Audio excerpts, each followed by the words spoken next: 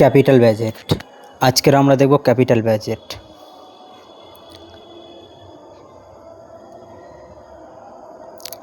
Capital budgeting দেখার আগে আমরা দেখব যে ফিনান্সিয়াল ম্যানেজমেন্ট ডিসিশনের কাজ কী। আমাদের যে ফিনান্সিয়াল ম্যানেজমেন্ট ডিসিশন তার মূলত তিনটে কাজ।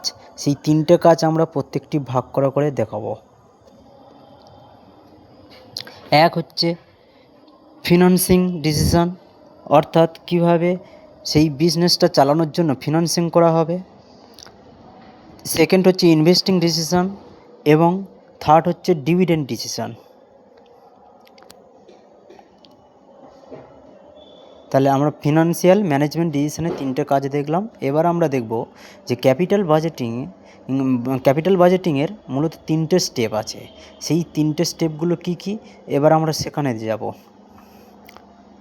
Capital budgeting decision involves 3 steps. First হচ্ছে estimation of cost and benefit proposal. Estimation of cost and benefit proposal অর্থাৎ আমরা যে ইনভেস্ট করব আমরা যে টাকাটা ইনভেস্ট করব সেটাতে খরচ কতটা হতে পারে, কতটা কস্ট হতে পারে এবং সেখান থেকে কতটা বেনিফিট পেতে পারি। এবং সেকেন্ডলি হচ্ছে এস্টিমেশন অফ রিকোয়ার্ড রিটার্ন, অর্থাৎ কতটা মিনিমাম আমরা রিটার্ন পেতে পারি সেই ইনভেস্ট থেকে। এবং লাস্ট হচ্ছে ইউজিং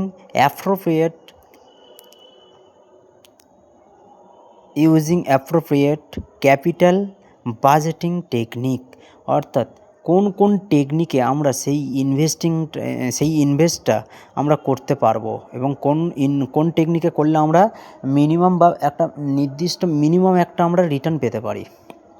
এবারে দেখব estimation of cost and benefit proposal. এটা মূলত দুটোভাবে মেজারমেন্ট করা যায়। এস্টিমেশন কস্ট আমরা যে দেখেছিলাম ক্যাপিটাল বাজেটের যে স্টেপের মধ্যে যে প্রথম step estimation of cost and benefit proposal, এইটা মেজারমেন্ট করার জন্য দুটো পদ্ধতি আছে। একটা হচ্ছে অ্যাকাউন্টিং প্রফিট আর একটা হচ্ছে cash flow. Accounting profit and cash flow. Cash flow মানে হচ্ছে উইদাউট নন ক্যাশ